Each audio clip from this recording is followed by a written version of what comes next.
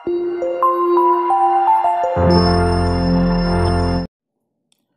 Everyone, स्वागत है आप सभी का सिविलाइज इंजीनियर्स में।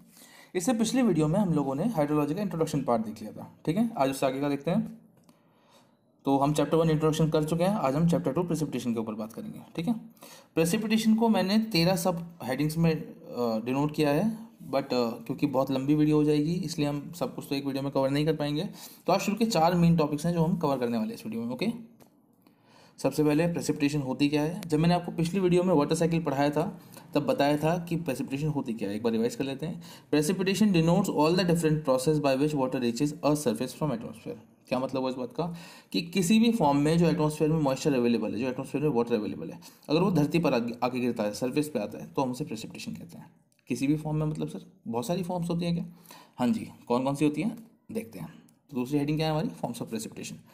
तो अब यहाँ पे आ सकता है आपको कंफ्यूजन, क्योंकि दो हेडिंग्स आती हैं, एक आती है फॉर्म्स ऑफ प्रेसिपिटेशन और दूसरी आती है टाइप्स ऑफ प्रेसिपिटेशन। लगता तो है कि एक जैसा है बट है नहीं। ठीक है, देखते हैं। सबसे पहले अगर हम आपसे फॉर्म्स के बारे में पूछा जाए तो फॉर्म्स मतलब कितने तरीके से प्रेसिपिटेशन हो सकती है, कितने तरीके से वो मॉइस्चर जो है धरती पर आ सकता है। तो कितनी फॉर्म्स हैं ऐसी ऐसी। सबसे पहले जैसे देखते हैं, सबसे पहले है रेनफॉल। तो रेनफॉल क्या होती है? हम किसी भी बारिश को रेनफॉल नहीं कह सकते, मतलब किसी भी प्रेसिपिटेशन को रेनफॉल नहीं कह सकते। रेनफॉल के लिए जो रेन ड्रॉप्स है उनका साइज जो है वो 0.5 mm से बड़ा होना चाहिए और 6 mm से छोटा होना चाहिए। ठीक है, इनके बीच में होना चाहिए। ठीक है, फिर एक उनकी पर्टिकुलर इंटेंसिटी होनी चाहिए। अब सर इंटेंसिटी क्या होती है? जैसे हम स्पीड की बात करते हैं तो स्पीड क्या होती है? स्पीड को जैसे हम डिनोट करते हैं किलोमीटर पर आवर में, मतलब 1 घंटे में कितना किलोमीटर। ठीक है, यही तो स्पीड होती है। ऐसी इंटेंसिटी क्या होती है? इंटेंसिटी भी एक रेट है। जैसे हमने यहाँ पे ब्रैकेट में डिनोट किया है, इंटेंसिटी क्या है? mm/h। तो कितने बारिश हो रही है 1 घंटे में, इसे हम उस रेनफॉल की इंटेंसिटी कहते हैं। ठीक है, मतलब अगर बहुत तेज़ी से बारिश होगी तो ऑब्वियस सी बात है ज़्यादा कवर हो जाएंगे एक ही घंटे में, है ना। तो सर में क्यों डिनोट कर रहे हैं हम बारिश को? बारिश तो एक्चुअल में पानी है, तो पानी तो वॉल्यूम में डिनोट होना चाहिए। एक्चुअली वॉल्यूम में डिनोट किया जा सकता है, बट यूजुअली स्टैंडर्ड बना हुआ है कि जब भी हम रेनफॉल या प्रेसिपिटेशन को डिनोट करते हैं तो हमेशा हाइट की फॉर्म में डिनोट करते हैं। ठीक है, तो कि 3 इंटेंसिटी है मेनली रेनफॉल की। एक लाइट इंटेंसिटी है 2.5 से कम होगी तो हम लाइट रेनफॉल कहेंगे, 2.5 से 7.5 के बीच में होगी तो उसे मॉडरेट रेनफॉल कहेंगे, और अगर 7.5 से ज़्यादा होगी तो उसे हम हैवी रेनफॉल कहेंगे। ठीक है, ये एक फैक्ट है कि इंडिया में जो भी हम रेनफॉल डाटा रिकॉर्ड करते हैं वो रोज़ सुबह 8:30 बजे रिकॉर्ड करते हैं। ठीक है, और अगर किसी दिन को हमें रेनी डे कंसीडर करना है तो उस दिन कम से कम बारिश 2.5 mm होनी ज़रूरी है। ठीक है, ऐसा नहीं है कि थोड़ी सी बारिश हुई और हमने उसे अपनी मर्ज़ी से रेनी डे कह दिया, नहीं। ऑन पेपर्स अगर बारिश 2.5 mm हुई है या उससे ज़्यादा हुई है तो ही हम उस दिन को रेनी डे कंसीडर करेंगे। ओके, आगे बढ़ते हैं। तो पहला हमने देख लिया, पहली फॉर्म कौन सी है? रेनफॉल। दूसरी क्या है? स्नोफॉल। स्नोफॉल भी हम सब लोग जानते हैं कैसी होती है, दिखने में कैसी होती है, एक्चुअल में देखी होगी वरना वीडियोस में तो सब लोगों ने देखी होगी। ठीक है, तो स्नोफॉल के लिए 3 मेन कंपोनेंट्स का होना बहुत ज़रूरी है। ठीक है, ये मैं आपको बताना चाहता था। तो कौन कौन से 3 कंपोनेंट्स हैं? दो तो बहुत ही बेसिक है जो सबको पता होते हैं। कौन कौन से सर? एक तो भाई टेम्परेचर बहुत ज़्यादा कम होना ज़रूरी है। ठीक है, बहुत कम टेम्परेचर होना ज़रूरी है स्नोफॉल के लिए। और दूसरा क्या है? मॉइस्चर अवेलेबल होना चाहिए इन्वायरमेंट में। ठीक है सर, ये दोनों चीज़ तो समझ में आ रही है, बट एक तीसरा इंग्रेडिएंट है, अगर वो नहीं है तो स्नोफॉल नहीं हो पाएगी, स्नो नहीं बन पाएगी। वो क्या है? वो है न्यूक्लियस पॉइंट। न्यूक्लियस पॉइंट मतलब कोई भी इम्प्योरिटी जिसके अराउंड आइस क्रिस्टल बन पाए। अगर वो इम्प्योरिटी इन्वायरमेंट में अवेलेबल नहीं है तो आइस नहीं बनेगी, चाहे टेम्परेचर जाए जितना मर्जी नीचे चला जाए। ओके, ये एक याद रखिएगा कि स्नोफॉल की जो स्नो होती है उसकी एवरेज जो डेंसिटी होती है वो 0.1 ग्राम पर सीसी के अराउंड होती है। ठीक है, तीसरा देखते हैं। तीसरा है ड्रिजल। और ड्रिजल क्या होता है? हल्की बारिश। हल्की बारिश मतलब सर जिसकी ड्रॉप साइज जो है वो 5.5 mm या उससे कम हो और उसकी इंटेंसिटी 1 mm/h हो या उससे कम हो, तो उसे हम ड्रिजल कहते हैं। ठीक है, ये इतनी हल्के होते हैं, इतने छोटे होते हैं कि ये लगभग हवा में तैरते हुए नजर आते हैं। ठीक है, आगे बढ़ते हैं। ग्लेज। अब ग्लेज क्या होता है? आप लोगों ने शायद ये शब्द सुना हो, ग्लेज फिनिश, या ग्लास को भी हम ग्लेज कहते हैं। तो ग्लेज एक्चुअली है क्या? यहाँ पे ग्लेज क्या है? ग्लेज है जैसी बारिश हुई तो अगर सतह का टेम्परेचर इतना कम है कि वो बारिश ज़मीन पर गिरते ही जम जाए तो क्या होगा? वो एक शीट बना लेगी बर्फ़ की ज़मीन के ऊपर। ठीक है, और वो ट्रांसपेरेंट शीट होगी, ब्लैक आइस दिखने में लगती है वो, है ना। आपने वीडियोस में देखा होगा कई बार जहाँ स्नोफॉल होती है वहाँ पे गाड़ी ग्रिप नहीं पा पाती सड़क के ऊपर। क्यों? क्योंकि वहाँ पे ग्लेज मौजूद होती है, एक लेयर होती है बहुत पतली आइस की जो जम चुकी होती है। ठीक है, और वो ट्रैक्शन नहीं मिलने देती है बिल्कुल भी। तो क्या है? Water droplets in contact with ground having temperature near about 0 degree Celsius और less, water drops freeze and form ice coating on ground surface. ठीक है, समझ गए आप? तो ग्लेज से याद रहेगा, ग्लेज फिनिश से। अगला देखते हैं स्लीट। स्लीट क्या होता है? ग्लेज क्या था कि जब बारिश ज़मीन पर गिरी और ज़मीन इतनी ठंडी थी कि उसने एकदम जमा दिया, ठीक है। स्लीट क्या होता है? स्लीट होती है जब रेन ड्रॉप्स गिर रही थी और वो गिरते गिरते ही जम जाए और बिल्कुल ट्रांसपेरेंट ड्रॉप्स के फॉर्म में वो जम जाए, तो उसे हम स्लीट कहते हैं, ठीक है। इनका यूजुअल जो साइज़ होता है वो 5 mm से कम होता है। तो अब लास्ट है हेल। हेल क्या होता है? It is a large size of snow which have size greater than 8 mm। तो अगर कभी भी बर्फ़ का साइज़ जो है वो 8 mm से ज़्यादा होता है तो हम उसे ओला बोल देते हैं, ठीक है। They are in the form of lumps of ice. तो ये लम्प्स की फॉर्म में हमें देखने को मिलता है। हम सब ने ओले देखे होंगे कभी ना कभी, ठीक है। एक नोट पॉइंट है लास्ट में, याद रखिएगा कि फॉग और ड्यू को हम प्रेसिपिटेशन कंसिडर नहीं करते, ठीक है। तो कभी अगर पूछा जाए इस तरीके से तो याद रखिएगा इस बात को। आगे बढ़ते हैं। हाँ, तो हम लोगों ने फॉर्म्स देख लिए कि फॉर्म्स क्या होती है प्रेसिपिटेशन की। अब टाइप्स क्या होते हैं प्रेसिपिटेशन की, ये देखते हैं। 3 मेनली टाइप होते हैं प्रेसिपिटेशन के, ठीक है। सबसे पहले है कन्वेक्टिव प्रेसिपिटेशन। तो कन्वेक्टिव प्रेसिपिटेशन होती क्या है? बेसिकली होता क्या है कि अगर एक कोई एरिया है और वहाँ पे डायरेक्ट सनलाइट पड़ रही है, ठीक है, तो उस एरिया की जो आसपास की हवा होगी, मॉइस्चर कैरिंग जो एयर होगी, वो ऊपर उठना शुरू करेगी, है ना। वो मान लीजिए इतना ऊपर उठ जाए कि एकदम से उसका इतना टेम्परेचर घट जाए कि ऊपर कंडेंसेशन हो जाए और एकदम सडनली बारिश हो जाए। इस तरह की बारिश को हम कन्वेक्टिव प्रेसिपिटेशन कहते हैं, ठीक है। क्या सर ये बहुत कॉमन है? नहीं, ये बहुत रेयर है। एटलीस्ट इंडिया में तो बहुत ज़्यादा रेयर है, ठीक है। This type of rainfall is cause by natural rise of warm light air in cold dense surrounding, ठीक है। जब भी कोल्ड डेंस सराउंडिंग में वार्म लाइट एयर जो होगी वो ऊपर उठेगी, जिसके अंदर मॉइस्चर होगा, तो उसके कारण जो बारिश होगी उसे हम कन्वेक्टिव प्रेसिपिटेशन कहते हैं। Due to continuous rise air undergo cooling and result in precipitation. लगातार ऊपर उठने की वजह से वो एकदम से कूल हो जाती है और प्रेसिपिटेशन हो जाता है उसका, ठीक है। इसकी एक खास बात ये है कि ये केवल एक बहुत छोटे डायमीटर में ही रेनफॉल होती है इस तरह की, ठीक है। तो मैक्सिमम इसका जो रेडियस होता है वो 10 किलोमीटर के आसपास होता है। इससे ज़्यादा एरिया में ये प्रेसिपिटेशन, इस तरह की प्रेसिपिटेशन नहीं होती। They are usually shower of high intensity and short duration. बहुत तेज़ी से बारिश होती है बट बहुत कम वक्त के लिए होती है, ठीक है। कन्वेक्टिव प्रेसिपिटेशन इतनी इंपॉर्टेंट नहीं थी हमारे लिए। जो हमारे लिए सबसे ज़्यादा इंपॉर्टेंट है वो है ओरोग्राफिक प्रेसिपिटेशन। देखते हैं ओरोग्राफिक क्या होता है। The type of precipitation occur when moist air mass may get lifted up due to higher lifted up to higher altitude due to presence of mountain barriers, ठीक है। तो होता क्या है, मान लीजिए मॉइस्चर कैरिंग विंड्स हैं और वो आगे बढ़ रही हैं और उनके सामने एकदम से कोई क्या नाम है बैरियर आ जाता है, कोई माउंटेन आ जाता है, तो क्या होगा, वो विंड ऊपर उठने की कोशिश करेंगे एकदम से, ठीक है। वो बैरियर विंड्स को ऊपर की तरफ को डाइवर्ट कर देगा। ऊपर की तरफ को डाइवर्ट करेगा तो फिर ऊपर जाके वो दोबारा ठंडी हो जाएंगी। अब सर ये ऊपर जाके ठंडी क्यों हो रही है? आप लोगों ने इन्वायरमेंट इंजीनियरिंग में एक चीज़ पढ़ी होगी, टॉपिक पढ़ा होगा, लैप्स रेट। जिन्होंने नहीं पढ़ा उन्हें बता देता हूँ। लैप्स रेट क्या होता है कि यूजुअली जब हम लैटिट्यूड में ऊपर जाते हैं तो हमारा टेम्परेचर डिक्रीज करता है, ठीक है। इसी के कारण ये जो विंड्स हैं जब ये ऊपर की तरफ जा रही है तो इनका टेम्परेचर डिक्रीज हो रहा है। टेम्परेचर डिक्रीज हो रहा है तो कंडेंसेशन तेजी से हो रही है। कंडेंसेशन तेजी से हो रही है तो थोड़ी देर बाद प्रेसिपिटेशन हो रही है। डायग्राम से देखते हैं अच्छी तरह। ये एक फिगर है, आप राइट साइड की तरफ फोकस कीजिए।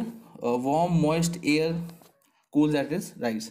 जैसे जैसे वार्म जो मॉइस्ट एयर थी वो आ रही थी माउंटेन की वजह से ऊपर को जानी शुरू हुई और ये ठंडी होनी शुरू हो गई। ठंडी होने के बाद प्रेसिपिटेट मतलब कंडेंस हो गई। कंडेंस होने के बाद प्रेसिपिटेट हो गई। अब इसमें दो चीज़ें होती हैं। जो ये वाली साइड आप देख रहे हैं ना माउंटेन की, इसे कहते हैं विंडवर्ड साइड, विंड की तरफ वाली साइड। और दूसरी साइड है, यह है लीवर्ड साइड, ठीक है। तो आप देखेंगे अगर विंडवर्ड साइड पे क्या है, विंडवर्ड साइड पे भाई पूरी हरियाली है, फॉरेस्ट है। अगर आप लीवर्ड साइड पे देखेंगे तो लीवर्ड साइड पे क्या है, रेगिस्तान है, बिल्कुल रेनफॉल नहीं है, ठीक है। तो क्या सर ऐसे एक्चुअल में होता है? इंडिया में सबसे ज़्यादा यही वाली रेनफॉल होती है, ठीक है। और बहुत ही दो खूबसूरत एग्जाम्पल मैं आपके लिए लाया हूँ। सबसे पहला एग्जाम्पल ये गूगल अर्थ की इमेज है। तो सबसे पहले महाबलेश्वर। महाबलेश्वर एक जगह है, हम जानते हैं, वेस्टर्न घाट्स के पास में, पुणे महाबलेश्वर के पास में। तो Mahabaleshwar lie on the westward side, windward side of the Sahyadri mountain range. Sahyadri mountain range है एक वेस्टर्न घाट्स में। तो उसके विंडवर्ड साइड, जिधर से विंड आती है, मान लीजिए इधर से विंड आ रही है तो इस तरफ ही ये वाला महाबलेश्वर, ठीक है। और ये जो आप देख रहे हैं ये पूरी वही माउंटेन रेंज है, इसकी हम बात कर रहे हैं, ठीक है। तो इसके कारण क्या होता है, महाबलेश्वर में हर साल लगभग 250 सेंटीमीटर्स की बारिश होती है, जो कि काफ़ी होती है, ठीक है। बहुत अच्छी बारिश मानी जाती है। और दूसरी तरफ अगर देखें हम एकदम इन माउंटेन रेंज के पीछे, ये रहा पुणे। पुणे में कितनी बारिश होती है भाई? पुणे में केवल 70 सेंटीमीटर्स बारिश होती है। क्यों? क्योंकि पुणे पड़ रहा है लीवर्ड साइड में, ठीक है। दूसरा एग्जाम्पल देखते हैं। तो ये है हमारा प्यारा भारत। जैसे कि हम इस गूगल इमेज में देख सकते हैं, जो रेड कलर का एरिया है, जो रेड कलर की बाउंड्री वाला एरिया है, वो क्या है? वो राजस्थान है। तो हम सब जानते हैं कि राजस्थान एक डेजर्टेड एरिया है इंडिया का, ठीक है। बहुत ज़्यादा बारिश नहीं होती राजस्थान में। बट ऐसा क्यों है? क्या राजस्थान के पास से, राजस्थान के ऊपर से कोई मानसून कैरिंग विंड्स नहीं जाती? जाती हैं भाई। तो क्या वहाँ पे कोई माउंटेन रेंज नहीं है? माउंटेन रेंज भी है, तो वहाँ पे ओरोग्राफिक रेनफॉल क्यों नहीं हो पाती? तो देखते हैं। सबसे पहले कौन सा मानसून जाता है राजस्थान के ऊपर से? राजस्थान के ऊपर से साउथ वेस्ट मानसून जाता है। साउथ वेस्ट मानसून कौन सा है? जो साउथ वेस्ट डायरेक्शन से बने, ठीक है। तो ऐसा कौन सा मानसून हमें दिख रहा है? ऐसी इवेंट्स जो अरेबियन सी के ऊपर से बह के जाएंगी राजस्थान के ऊपर से, वो साउथ वेस्ट मानसून कैरी करेंगे, ठीक है। तो ये हर बार राजस्थान के ऊपर से जाती है हर साल, बट राजस्थान में बारिश नहीं होती। क्यों नहीं होती? ये दूसरी इमेज है, ये अरावली रेंज है। तो हमें क्या दिख रहा है कि अरावली रेंज इसी डायरेक्शन में अलाइंड है जिस डायरेक्शन में विंड बहती है। तो एक्चुअल में ये उसके पैरेलल है विंड के, और पैरेलल है तो ऑब्स्ट्रक्शन नहीं प्रोवाइड कर पाती। ऑब्स्ट्रक्शन प्रोवाइड नहीं कर पाती तो ना कोई विंडवर्ड साइड होती है ना कोई लेवर्ड साइड होती है, जिसके कारण ना कोई बारिश हो पाती है, और इसी के कारण राजस्थान में बहुत कम बारिश होती है हर साल, ठीक है। अरावली रेंज लाई तो करती है रास्ते में, बट पैरेलल होती है, जिसके कारण जो साउथ वेस्ट मानसून है उसकी वो कोई ओरोग्राफिक रेनफॉल नहीं कर पाता, ठीक है। दूसरा एग्जाम्पल भी समझ में आ गया होगा आपको। आगे बढ़ते हैं।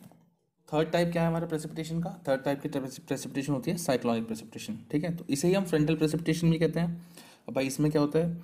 इसमें होता ये है कि दो तरफ से, एक तरफ से वार्म एयर आ रही है, एक तरफ से कोल्ड एयर आ रही है, ठीक है। और दोनों एक दूसरे के फ्रंट में जाके कोलाइड कर जाती हैं, एक दूसरे से भिड़ जाती हैं। उसके कारण क्या होता है? वार्म एयर हल्की होती है, तो जो कोल्ड एयर होती है वो एक नीचे पैकेट बना लेती है अपना, ठीक है। तो वो तो नहीं हिलती अपनी जगह से। जो वार्म एयर होती है वो ऊपर उठना शुरू करती है, हल्की है इसलिए वो ऊपर उठना शुरू करती है। ऊपर उठते उठते फिर वही सब कुछ होता है, ऊपर जाती है, टेम्परेचर रिड्यूस करता है। टेम्परेचर रिड्यूस होने के कारण जो मॉइस्चर है वो कंडेंस होता है। कंडेंस होने के बाद कुछ देर बाद प्रेसिपिटेट हो जाता है, ठीक है। तो इस तरह की प्रेसिपिटेशन को हम साइक्लोनिक या फिर फ्रंटल प्रेसिपिटेशन कहते हैं। It is found when two mass of air of different temperature, humidity and density meet, ठीक है। एक नोट पॉइंट है, according to Indian meteorological department IMD, annual average rainfall जो है हमारी वो है 109% ऑफ LP। LP मतलब लॉन्ग पीरियड एवरेज। तो बहुत लंबे वक्त का जब हमने एवरेज लिया है तो हमें पता लगा है इंडिया का लगभग 109% ऑफ LP है, ठीक है। इतना एवरेज होता है, इतनी बारिश होती है लगभग हर साल की। मगर 2019 का रिकॉर्ड है कि 2019 में हमें 129% बारिश देखने को मिली थी, ठीक है। आगे बढ़ते हैं। अब आ गया हमारा नया हेडिंग, मेजरमेंट ऑफ प्रेसिपिटेशन, ठीक है। तो मेजरमेंट ऑफ प्रेसिपिटेशन क्या है भाई? All forms of precipitation are measure as the vertical depth of water that would accumulate on the level surface, ठीक है। मैंने आपको पहले भी ये बात बताई थी कि जितनी भी प्रेसिपिटेशन होती है हम उन्हें हमेशा डेप्थ की फॉर्म में नापते हैं, ठीक है। तो वर्टिकल डेप्थ नापते हैं हम प्रेसिपिटेशन को मेजर करने के लिए, ठीक है। उसके बाद हमारी है नेटवर्क डेंसिटी ऑफ रेन गॉजेस। अब रेन गॉज क्या होता है? रेन गॉज एक डिवाइस है जो कि हम यूज़ करते हैं रेनफॉल को नापने के लिए, ठीक है। क्या होता है वो तो आगे आएंगे उनकी स्लाइड्स तो, पर अभी हम उनकी नेटवर्क डेंसिटी की बात कर रहे हैं कि हमें कितने रेन गॉज चाहिए, कैसे कैसे पता करें कितने लगाने कितने नहीं लगाने, ठीक है। तो सबसे पहले किस फैक्टर पे डिपेंड करते हैं वो? सबसे पहला है मैग्नीट्यूड ऑफ रेनफॉल। भाई रेनफॉल कितनी हो रही है? अगर तुम्हारा एक ऐसा इलाका है जहाँ पे बहुत ज़्यादा रेनफॉल होती है तो हमें वहाँ पे ज़्यादा रेन गॉजेस लगाने पड़ेंगे, ज़्यादा एक्यूरेट डाटा अचीव करने के लिए, ठीक है। फिर है डिजायर्ड लेवल ऑफ एक्यूरेसी। मान लीजिए कोई ऐसी जगह है जहाँ पे आपको बहुत एक्यूरेट डाटा चाहिए रेनफॉल का, तो आपको वहाँ पे ज़्यादा लगाने पड़ेंगे रेन गॉजेस, ठीक है। और तीसरा क्या है? Topography of region. अगर ज़्यादा अनइवन टोपोग्राफी है, बहुत उल्टा सीधा सा टेरेन है, तो वहाँ पे भी हमें ज़्यादा लगाने पड़ेंगे। क्यों? क्योंकि वहाँ पे बहुत जल्दी, बहुत थोड़ी थोड़ी दूर में वेरी करेगा डाटा, ठीक है। तो हमें वहाँ पे भी ज़्यादा रेन गॉजेस लगाने पड़ेंगे, ठीक है। तो अगर मैग्नीट्यूड ज़्यादा हो या फिर डिजायर्ड एक्यूरेसी हमें ज़्यादा चाहिए हो या फिर टोपोग्राफी बहुत अजीब गरीब हो, इन सभी केस में हमें जो रेन गॉज के नंबर्स होते हैं वो ज़्यादा होने चाहिए, ठीक है। आगे देखते हैं। Guidelines for setting up a rain gauge. तो अगर हमें रेन गॉज कहीं पर सेट करना है तो हमें किन किन बातों का ध्यान रखना है? सबसे पहले तो जो हमारी साइट है जिसके ऊपर हम रेन गॉज लगा रहे हैं वो लेवल्ड होनी चाहिए, और जो उसका कैचिंग एरिया है जहाँ पे वो वाटर कैच करेगा, रेनफॉल कैच करेगा, वो बिल्कुल हॉरिजॉन्टल होना चाहिए, ठीक है। इन दो बातों का ध्यान रखना है। दूसरा क्या है? हमें रेन गॉज जितना हो सके उतना ग्राउंड के नज़दीक लगाना है। क्यों? क्योंकि वरना हवा जो है वो रेनफॉल के डाटा में हिंडर प्रोड्यूस करेगी, ठीक है। तो हमें थोड़ा नीचे लगाना होता है सरफेस के पास, लेकिन हम उसे ज़्यादा नीचे भी नहीं लगा सकते। क्यों? क्योंकि वरना फ्लड टाइप अगर कभी सिचुएशन आती है तो उसके डाटा को हिंडर कर सकता है, ठीक है। तीसरा पॉइंट क्या है? हमें रेन गॉज के चारों तरफ एक फेंस लगानी होती है जिसका एरिया करीब 5.5 मीटर क्रॉस 5.5 मीटर होता है, ठीक है। और चौथा पॉइंट क्या है कि there should not be any object near to the instrument in a radius of 30 metres, ठीक है। तो या तो 30 मीटर तक कोई भी ऑब्जेक्ट ना हो रेन गॉज के, और अगर कोई ऐसा ऑब्जेक्ट है जिसकी हाइट काफ़ी ज़्यादा है तो रेन गॉज जो है वो उस हाइट के दुगना दूरी होना चाहिए। मतलब ये हुआ कि मान लीजिए कोई बिल्डिंग है जिसकी हाइट 20 मीटर्स है, तो रेन गॉज उस बिल्डिंग से करीब करीब 40 मीटर्स दूर होना चाहिए, ठीक है। फिर ये 30 मीटर वाला लॉजिक काम नहीं आता।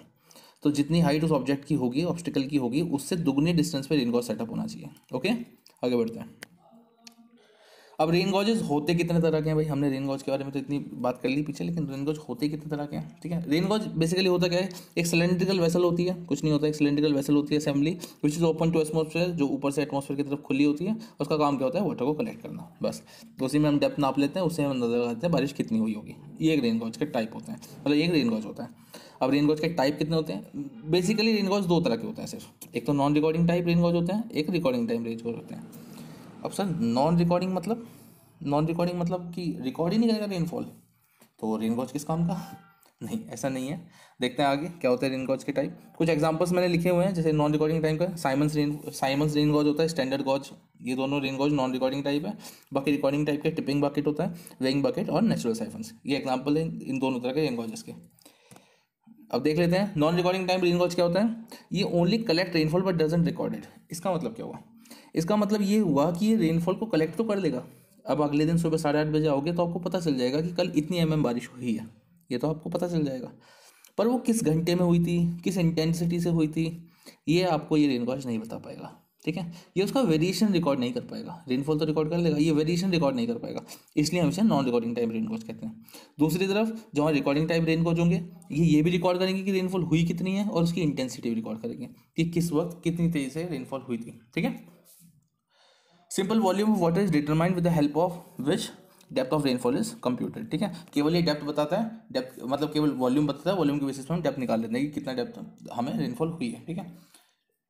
ये क्या देता है, ये हमें रेनफॉल वर्सेस टाइम ग्राफ देता है, ठीक है, इसलिए ये बेटर होता है उसके मुकाबले। मोस्ट कॉमन टाइप क्या है इसका, Symons non recording type rain gauge इसका मोस्ट कॉमन है। इसका कौन सा है, टिपिंग बकेट है। दोनों देख लेते हैं बारी बारी से। सबसे पहले ये साइमंस वाला है, ये पहले यूज़ करते थे हम इंडिया में, अब ये नहीं यूज़ होता बेसिकली। तो कुछ नहीं है, ये नीचे हमारी आरसीसी की फुटिंग है पूरी, जिसके अंदर हमने से फिक्स किया हुआ है, ठीक है। और ये ऊपर जो है ये पूरा रेन गॉज अरेंजमेंट है। 12.5 सेंटीमीटर्स की ओपनिंग होती है इसके ऊपर से, इसमें बारिश गिरती है और ये उसे वॉल्यूम के रूप में कलेक्ट कर लेते हैं। मेजरिंग जार होता है, जिससे हम वॉल्यूम को मेजर कर लेंगे और फिर इसे ऊपर टॉप के एरिया से डिवाइड करके हमें हाइट मिल जाएगी, कितने हाइट की रेनफॉल हुई है, ठीक है। ये सिंपल साइमंस रेन गॉज है। और दूसरा ये है टिपिंग बकेट, ये मॉडर्न रेन गॉज कह सकते हैं, ऐसे रिकॉर्डिंग टाइप रेन गॉज है। इसमें क्या होता है, इसके लिए हमें रोज़ जाके चेक करने की भी ज़रूरत नहीं है, ठीक है। ये हम बहुत रिमोट एरिया में लगा सकते हैं और ये हमें प्रॉपर रीडिंग देगा कि इंटेंसिटी कितनी थी और रेनफॉल कितनी, सब कुछ। अब ये कैसे काम करता है, ठीक है।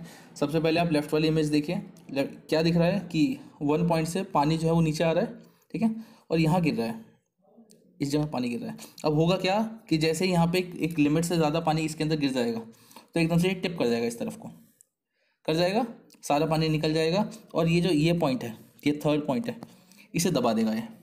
जैसे ही इसे दबाएगा तो एकदम से क्या नाम, इलेक्ट्रोमैग्नेटिकली एक रेडिएशन एक वो होगी, सिग्नल होगा जो वायरलेसली जाएगा, जो ये बता देगा कि भाई एक बार टिप हो चुका है। एक बार टिप होने का मतलब हमें वॉल्यूम भी पता है कि कितनी वॉल्यूम पानी अब इसके अंदर आ गई होगी, उसके बाद ये टिप हुआ होगा, और हमें टाइम भी नोट हो रहा है कि कितनी देर में ये ऐसे टिप हो गया, ठीक है। फिर जब ये नीचे आ जाएगा तो दूसरी तरफ पानी भरना शुरू हो जाएगा, फिर दूसरी तरफ टिप करेगा। तो जितनी जल्दी जल्दी ये टिप करेगा उससे हम अंदाज़ा लगा सकते हैं कि भाई इंटेंसिटी कितनी है रेनफॉल की, और जितनी बार टिप करेगा उससे ये अंदाज़ा लगा सकते हैं कि रेनफॉल हो कितनी रही है, ठीक है। दूसरी ये एक स्केच बना हुआ था, दूसरी तरफ रियल इमेज है टिपिंग बकेट के, ओके। उसके बाद है optimum number of rain gauges. तो आईएस कोड ने हमें कुछ optimum number of rain gauge बताए हैं कि इतने रेन गॉजेस होने ज़रूरी हैं इंडियन स्टैंडर्ड के अकॉर्डिंग, ठीक है। तो अगर कोई प्लेन एरिया है, जैसे कि हम लोग प्लेन एरिया में रहते हैं, तो वहाँ पे 720 स्क्वायर किलोमीटर्स के लिए एक स्टेशन बहुत है, ठीक है। अगर 720 स्क्वायर किलोमीटर्स का एरिया है तो वहाँ पे अगर एक रेन गॉज भी है तो काफ़ी है, ठीक है। अगर हम ऐसे इलाके में रहते हैं जिनकी एवरेज एलिवेशन 1000 मीटर्स के आसपास है, तो वहाँ पे 260 तो वहाँ पे एक जिनकी एलिवेशन ज़्यादा है तो वहाँ पे 260 से लेकर 390 स्क्वायर किलोमीटर्स के लिए एक स्टेशन होना ज़रूरी है, ठीक है। और अगर हम मतलब हिली एरियाज में रहते हैं तो वहाँ पे 130 स्क्वायर किलोमीटर्स के लिए एक स्टेशन होना ज़रूरी है। तो आपको दिख रहा है जैसे जैसे एलिवेशन बढ़ रही है या ट्रेन थोड़ी उबड़ खाबड़ हो रही है तो हमारा एरिया कम होता जा रहा है। एरिया कम होता जा रहा है मतलब अगर हम एरिया को कॉन्स्टेंट रखें तो हमें नंबर ऑफ रेन गॉजेस बढ़ाने पड़ेंगे, या फिर अगर रेन गॉजेस को कॉन्स्टेंट रखें तो हमें एरिया घटाना पड़ेगा, ठीक है। तो एरिया घटता जा रहा है, ठीक है। मतलब कि लगभग हमें सेम एरिया के लिए 520 स्क्वायर किलोमीटर्स के लिए हमें 4 लगाने पड़ेंगे हिली एरियाज में रेन गॉजेस, ठीक है, जबकि प्लेन एरिया में हमने सिर्फ 1 लगाया था। ये एक नोट पॉइंट है अकॉर्डिंग टू आईएमडी। ये क्या कहता है कि जितने भी तुम्हारे रेन गॉजेस हैं उनमें से कम 10% जो हैं वो आपके सेल्फ रिकॉर्डिंग टाइप होने ज़रूरी है, ठीक है। प्रॉपर डाटा के लिए, एक्यूरेट डाटा के लिए 10% जो है वो आपके रिंग गॉजेस जो है वो सेल्फ रिकॉर्डिंग टाइप होने चाहिए। ओके, तो इस वीडियो के लिए इतना ही दोस्तों अभी फ़िलहाल के लिए, और अगली वीडियो में हम इसके आगे के टॉपिक्स कवर करेंगे, जो जो टॉपिक्स बचे हैं। और अगली वीडियो से न्यूमेरिकल्स भी शुरू हो जाएंगे। इस चैप्टर के जो मेन न्यूमेरिकल हैं वो बहुत इंपॉर्टेंट न्यूमेरिकल्स हैं, गेट में पूछे गए हैं बहुत बार और आगे भी पूछे जा सकते हैं। ठीक है, तो थैंक यू फॉर लिसनिंग। और इस वीडियो की जो PDF है वो हमारे टेलीग्राम चैनल पर आ जाएगी, तो don't forget to check in our Telegram channel. Okay, thank you.